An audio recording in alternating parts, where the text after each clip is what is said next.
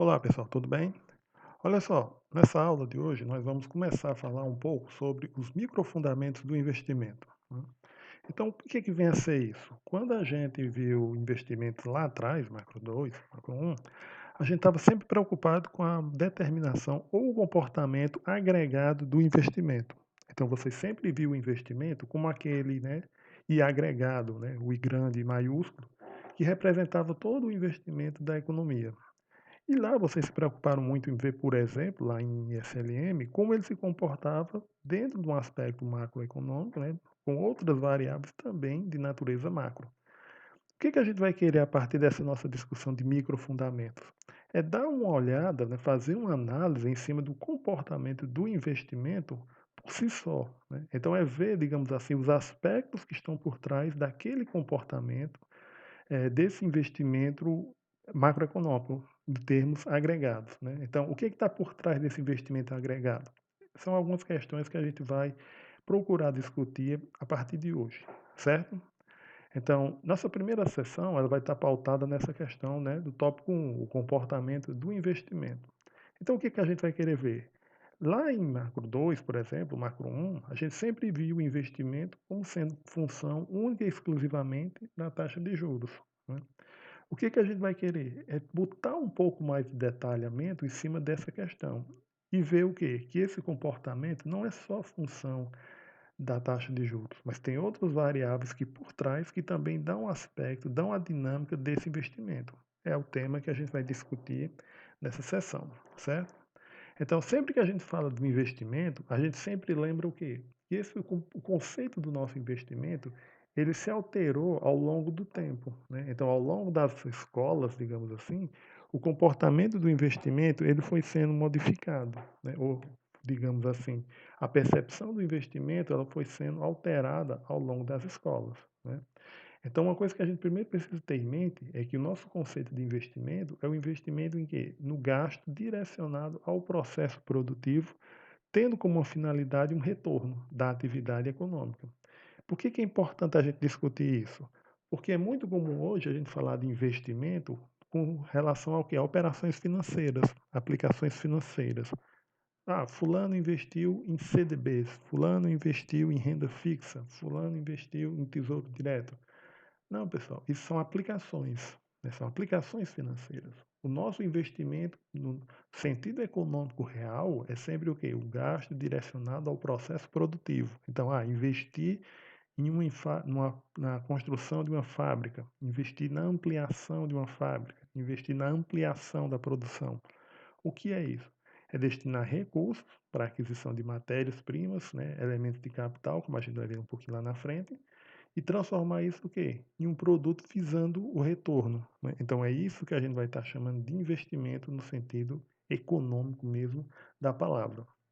E esse conceito de investimento no sentido real da palavra, ele veio sofrendo, digamos assim, algumas mudanças ao longo das escolas econômicas, né. Então, por exemplo, se a gente pegar aqui os clássicos eles falavam muito da casualidade, né, de poupança e investimento, que é uma coisa que você já conhece lá de Macro 1, por exemplo. Então, o que é que está proposto aí? A questão do fluxo circular de renda de forma casual, ou a casualidade do fluxo circular de renda. Então, como assim? Toda a riqueza ficava destinada dentro da própria economia, dentro de um fluxo, dentro de uma espiral, né?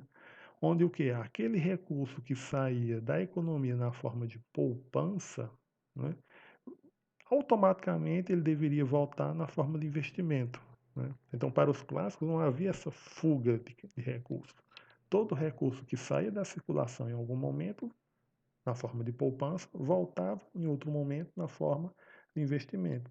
E aí você tinha uma relação, uma causalidade direta de poupança e investimento. E nesse aspecto aqui, pessoal, o que, é que a gente lembra? Que a poupança, né, como ela determina diretamente o investimento, ela é o principal elemento de determinação do investimento. Aqui, a taxa de juros não exerce nenhum papel ou nenhum efeito sobre a determinação do investimento. Então, só lembrando aqui, né, que nesse caso, a taxa de juros é neutra, né? Ela não vai influenciar qualquer decisão sobre o investimento. Por quê? Porque o nosso investimento é uma casualidade do fluxo circular da renda de poupança para investimento, né? E essa foi a visão que prevaleceu durante muito tempo, até o conceito posterior de Keynes, já no século XX, né. Então, lembrando os clássicos, né, nós estamos falando de Smith, né, Smith, Ricardo, 1776, né, 1800, né, século XIX, século XVIII, século XIX. Com os Keynes do século XX, o que é que ele vai trazer? Ele vai trazer uma outra percepção do investimento. Ele vai trazer uma percepção de investimento, né, sempre lembrando o nosso gasto, né, direcionado ao processo produtivo, mas que é influenciado por outras variáveis, e variáveis também de natureza monetária, né. Então, Keynes vai dizer o quê? Que a taxa de juros, né, produtividade marginal do capital, né, sentimentos de incerteza e de risco por parte dos investidores, eles são determinantes a fixar o grau de investimento da economia, né. E se por outro lado os clássicos falavam de uma casualidade de fluxo circular, em Keynes ele vai falar do investimento como uma recuperação desse fluxo circular. Por quê? Porque para Keynes, como você tem um papel ativo da taxa de juros, os indivíduos podem retirar da economia riqueza e colocar onde? No mercado, na especulação, né. E aqui a gente pode relembrar aqueles conceitos de demanda por moeda de Keynes, né. Transação, precaução e especulação. O que é especulação? É fazer aquelas aplicações financeiras como a gente comentou lá no início, né. Então, o dinheiro ele pode ficar lá na forma do quê? Da especulação. Para ele voltar, né, para ele recuperar esse fluxo circular, ele precisa ter o quê? De algumas características, né? Por exemplo, uma maior atividade econômica tem que apresentar uma produtividade marginal do capital interessante, né? Que possa o quê? Atrair mais retorno do que, por exemplo, modalidades de investimento, né, abre aspas, aplicações financeiras, né, que só pagam somente juros. Isso é uma coisa que vocês veem lá na análise de investimentos, né? A taxa TIR, taxa interna de retorno. Então está ligado a isso. Então, a minha alternativa a uma dada taxa de juros comparado a outras alternativas. E os ambientes de incerteza e risco também determinam ou influenciam se o nosso investidor ele vai arriscar investir no mercado real ou vai ficar numa aplicação financeira, né? Então aí a gente já tem um conceito mais dinâmico. Então o nosso investimento ele pode oscilar, ele não é uma coisa pré-determinada como os clássicos falavam. E na abordagem keynesiana mais recente, né, que é o modelo ISLM, onde você tem um investimento relacionado dentro de um mercado de bens, né, o lado IS da economia, né, e o lado monetário, o lado LM, o nosso investimento ele passa a ser o quê? Não só determinado por essas variáveis, mas também o quê? Relacionado com o resto do mercado entre si. Então eu tenho que analisar os mercados e ver o quê? As relações que eu posso ter que podem influenciar o meu investimento. Então, quando eu olho, por exemplo, o mercado monetário, eu olho a taxa de juros, né? Eu olho a oferta de moeda, né? Eu olho a inflação, né? Então são todas as variáveis monetárias que podem influenciar o quê? O comportamento dos mercados e dizer se o meu segmento que eu vou investir, ele é propício a crescimento ou não. E aí mexer com a minha decisão de investimento. Então veja que a nossa decisão, né, de investir, ela hoje é algo bem mais complexo do que aquilo que os clássicos imaginavam, né? E aí isso merece uma atenção mais especial da nossa parte para averiguar, né, o que está por trás desse processo de oscilação, digamos assim, do investimento, certo? Então, sempre que a gente falar de determinantes do investimento, o que é que a gente vai pensar? Nós vamos pensar no problema básico, que seria o quê? Quanto demandar de capital para investir? Ou até mesmo em alguns momentos, será que eu preciso demandar de capital para investir ou eu vou demandar capital para investir? Então é sempre um problema básico é esse, investir é demandar capital, né? E aí a gente pode imaginar o quê? Que se eu estou falando em demandar, por outro lado, né, existe uma oferta, né? Então, oferta e demanda de capital.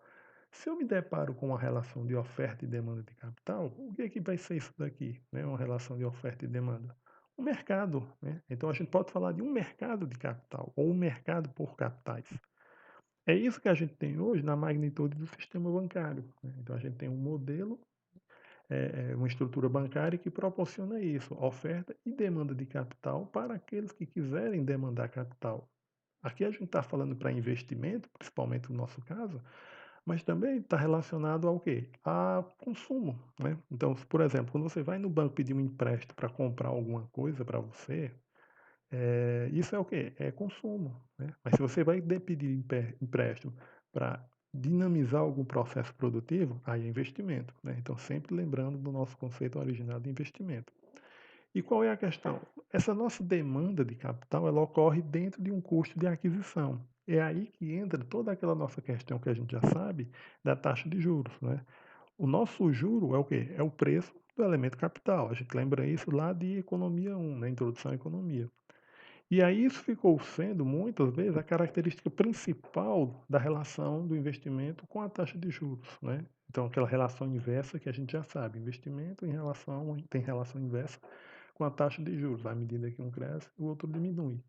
Mas não é só isso. A gente precisa ter em mente o quê, pessoal? Que esse nosso custo de aquisição, que é o investimento, ele vai estar inserido aonde? Aqui, ó, dentro do custo marginal de capital. Então, qual é a condição real de investimento?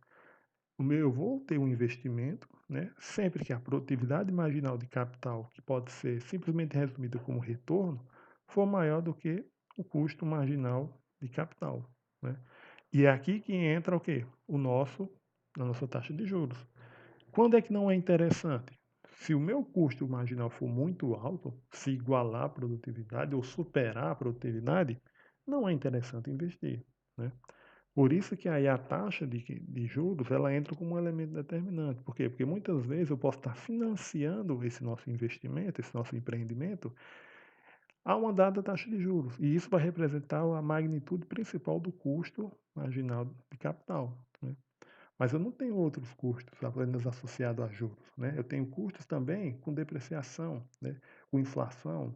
Eu posso ter custos com impostos, né? Eu posso ter custos com a aquisição de matéria-prima, né?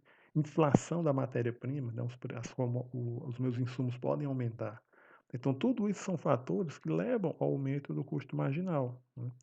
Então, se você pegar cenários em que a taxa de juros está muito baixa, vai simplesmente significar que eu vou conseguir investir? Não. Se a minha produtividade não estiver substancialmente maior do que meu custo, então realmente não compensa investir, mesmo que somente os juros estejam reduzidos. Então, é uma coisa que a gente precisa ter em mente é isso. Então, eu tenho que estar sempre comparando a produtividade com o custo marginal e vendo esses elementos que compõem tanto a produtividade quanto o custo marginal. E respeitando o quê? Respeitando essa condição principal aqui, produtividade maior do que custo marginal. Então, dentro desse conceito, qual é o nosso problema? O nosso problema é que dentro de um estoque de capital, né? Então eu vou ter o meu estoque de capital. Estoque de capital, pessoal, é interessante essa expressão porque ela vai ser o conceito básico do que a gente chama de investimento, né? Então, o estoque do capital seria o quê? Seriam os meus recursos aplicáveis ao investimento em um dado futuro. Então, se a gente for olhar lá na macroeconomia, né, mas de forma mais específica, eu não vou encontrar a palavra investimento, eu vou encontrar a palavra estoque de capital, né, recurso de capital. Investimento ou investir, ele não é necessariamente o sujeito, ele vai ser mais o quê? Um ato ou um verbo, né? O ato de investir, o ato de realizar o investimento, né? Então a gente fala muito de investimento como se fosse a variável, mas na verdade ele é uma ação, né? Feita com base no quê? No estoque de capital. Como é que vai ocorrer meus processos aqui? O meu estoque de capital ele vai se ampliar com a expansão da renda, né? Então, quando a economia cresce, aumenta o PIB, aumenta a renda, aumenta também o quê? Os recursos destinados à formação de estoque de capital. E, por outro lado, eles se reduzem com o aumento do custo do capital. Então, quando o meu estoque de capital está sujeito a custos elevados, custos de manutenção do capital, esses custos podem ser diversos, pessoas. Posso estar falando aqui de tarifas bancárias, por exemplo, eu posso estar falando de impostos relacionados à movimentação ou à posse do capital, né? Eu posso estar falando aqui de custos relacionados ao capital físico, né? Então, eu posso estar falando aqui de depreciação de máquinas, por exemplo, como a gente vai comentar lá na frente. E isso reduzir o quê? O meu estoque de capital, né? E aí a nossa equaçãozinha aqui vai estar sempre delimitando o quê? Esse comportamento, que meu estoque de capital, ele é uma função direta do nível de renda e uma função inversa, né, do custo marginal do capital. E aí qual é o nosso problema? As empresas vão demandar capital sobre diferentes formas e valores. Então, é aquela relação de investimento que a gente comentou lá atrás, né? Então, eu vou demandar capital para investir.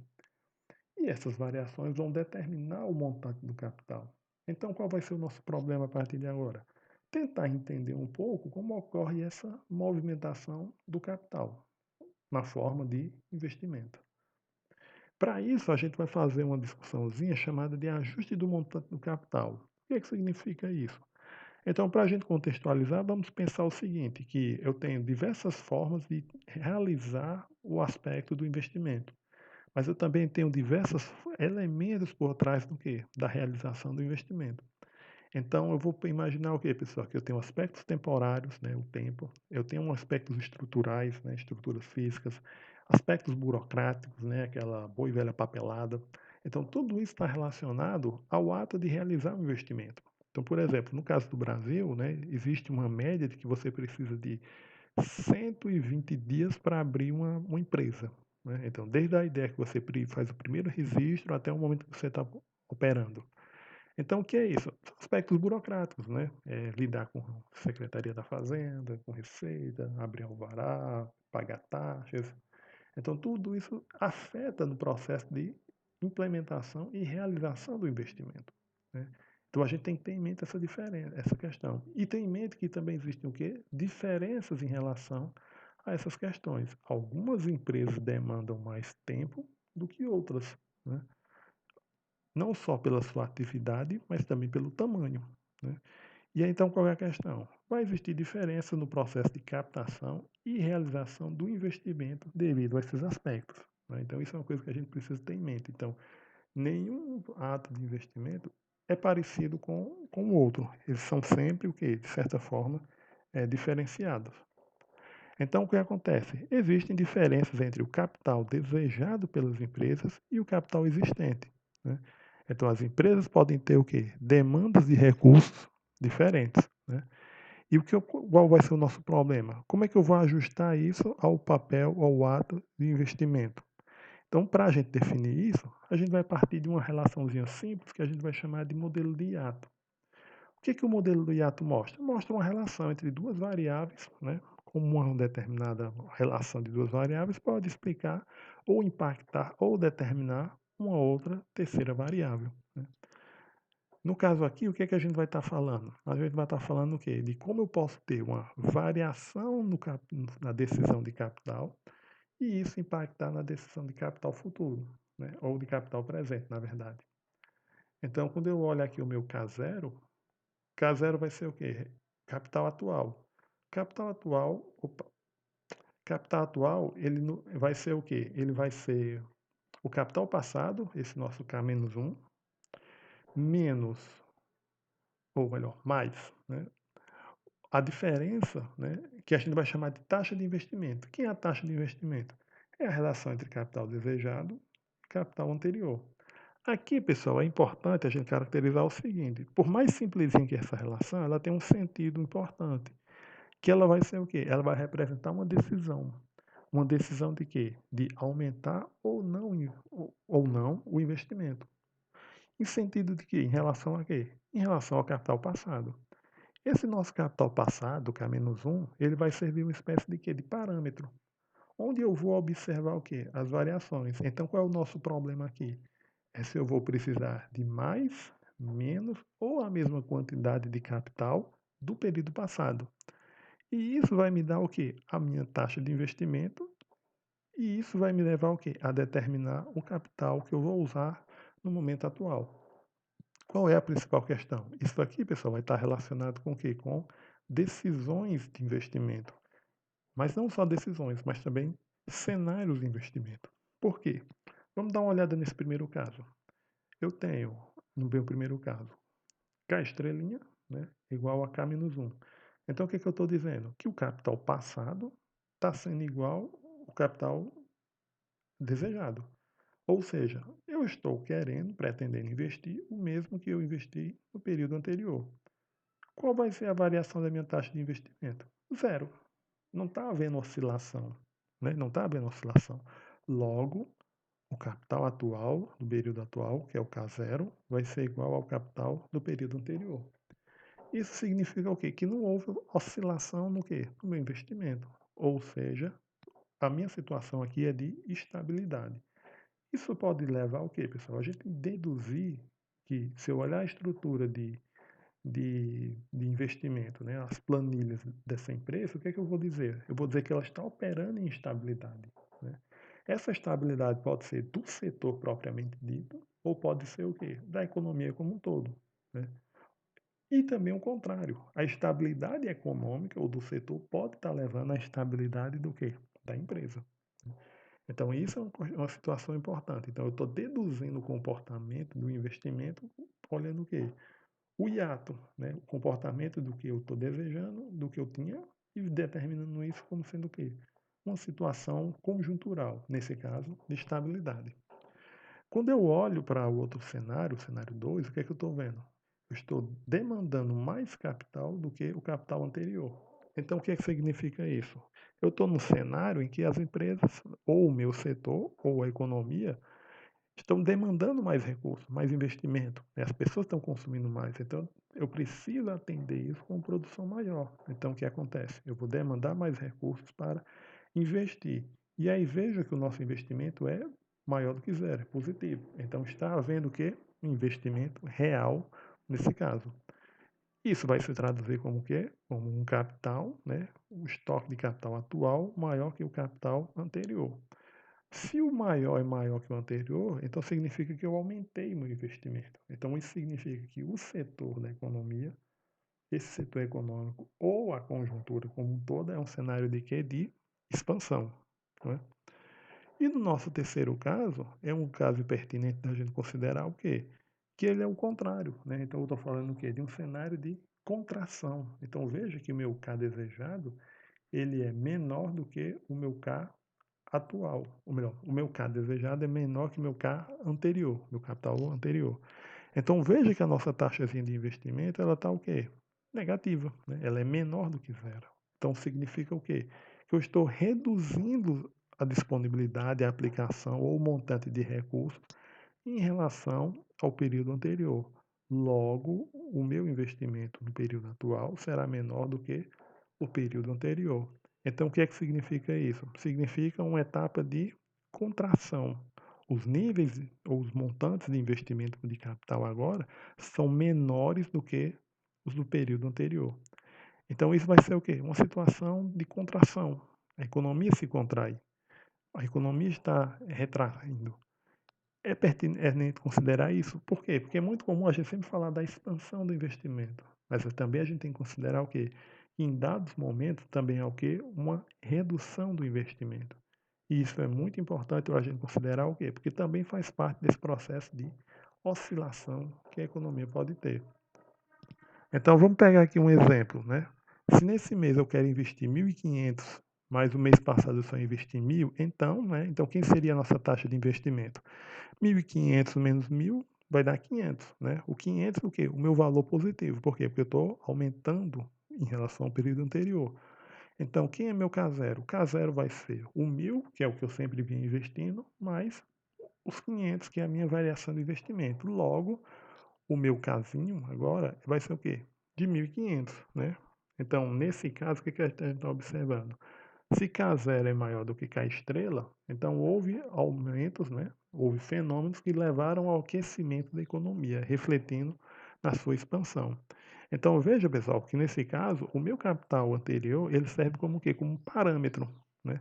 Ele serve como uma referência que a partir dele eu olho e digo se eu estou aumentando, diminuindo ou ficando estável em relação a ele. Então, muito mais do que uma variável, ele também é o quê? É um parâmetro, né? É um parâmetro de referência sobre o qual eu miro ele, observo ele e analiso a minha economia. A gente só tem a noção mesmo de crescimento, né, ou de decrescimento, ou de estabilidade, sempre que eu comparo a minha variável com alguma outra variável. Né?